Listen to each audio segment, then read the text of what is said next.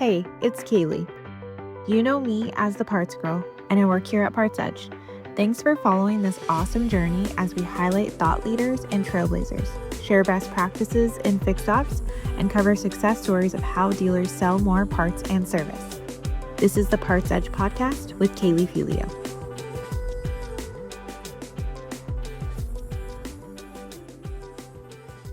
Hey everyone, welcome to the PartsEdge podcast. Today we're diving into something brand new, something really fun, and honestly something every parts manager should check out. We just launched the first ever parts manager profile quiz. The feedback already has been amazing. We've gotten well over 60 responses. I know it kind of sounds cheesy, but it's perfect time for the holidays. Have a little fun, learn about yourself. If you haven't taken the quiz, it helps you understand how you naturally lead your inventory, your strengths, and the areas where you might be running into friction without even realizing it. And to go with it, we built a full case study report that breaks down each parts manager type, shows you real examples from dealerships around the country. So today, I really wanted to just walk through 4 types of what they mean and how to use this to level up your parts department. So here's the thing. Every parts manager leads differently. Some are data driven, some are in total firefighting mode, some are thriving on fixing chaos, and some are rising stars learning the ropes. But your inventory decisions, what you stock, how you stock it, how proactive you are, they're all shaped by the way you naturally work. This quiz gives you language and clarity around that. It shows you what you're naturally good at, what slows you down, and what opportunities you haven't fully tapped into yet. Most parts managers are doing the work of 3 people or 10. So having the kind of self-awareness is huge. All right, so I want to go through the 4 types of parts managers. The first one is the one that we've seen the most so far. These are the seasoned optimizers.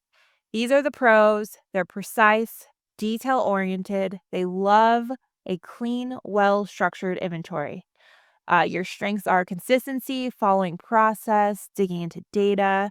But some things you might need to watch out for are sometimes they fine tune or refine instead of reinventing. They can get stuck in fine tuning mode rather than testing new strategies. Then there's the overloaded operator. These are the parts managers wearing all the hats, running the counter, doing inventory, dealing with recalls, handling the in between service, tax, all of that good stuff, helping customers, everything. So your strengths are adaptability, grit, figuring things out under pressure, but you might need to watch for that they're so reactive that proactive inventory strategies get pushed to the bottom of the pile, even though that's where the biggest profit opportunities are. Then there's the turnaround artists. These are the people who see chaos and immediately want to fix it. The strengths are they're great at taking a messy inventory, bringing order and structure. Things to watch out for is they can take on too much too fast. Their speed and intensity can be hard to sustain without a system behind them. Then, last but not least, the Parts Protégé. These are your up and coming leaders, hungry to learn, willing to try new things, and full of potential. They're fast learners, open minded, willing to implement. Things to watch out for is they need guidance. Without support, they can easily get overwhelmed by the complexity of the DMS setup and inventory strategy. A side note is I actually tested this out on my husband, but of course, he got the Parts Protégé and it was pretty spot on. He enjoyed the tip sheet. It was fun to kind of test out some of the follow-up emails on him. So, if you're getting those emails, I do want to hear from you. I'm super curious what you think of your results. But now I want to talk about the case study report. This is probably my favorite resource we've done all year. We've never done anything like this in this detail. So you get to see the types of parts managers, and we pulled their stories, their examples, and their challenges. The main takeaways from this, when you break down the different types of parts managers, is the season optimizers often have the cleanest inventories, but they sometimes plateau because they aren't pushing for the next level of strategy. Overloaded operators have the most hidden profit potential simply because they don't have the time or the bandwidth to use their DMS to its full capability. And I think a lot of times there's managers are a crossover between the two overloaded operators and the seasoned optimizers. Then the turnaround artists move incredibly fast, but they need the right templates and structure so the improvements stick. And last again, but not least, parts proteges can grow quickly with the right support. And the report shows how dramatically their confidence increases when they have the systems behind them.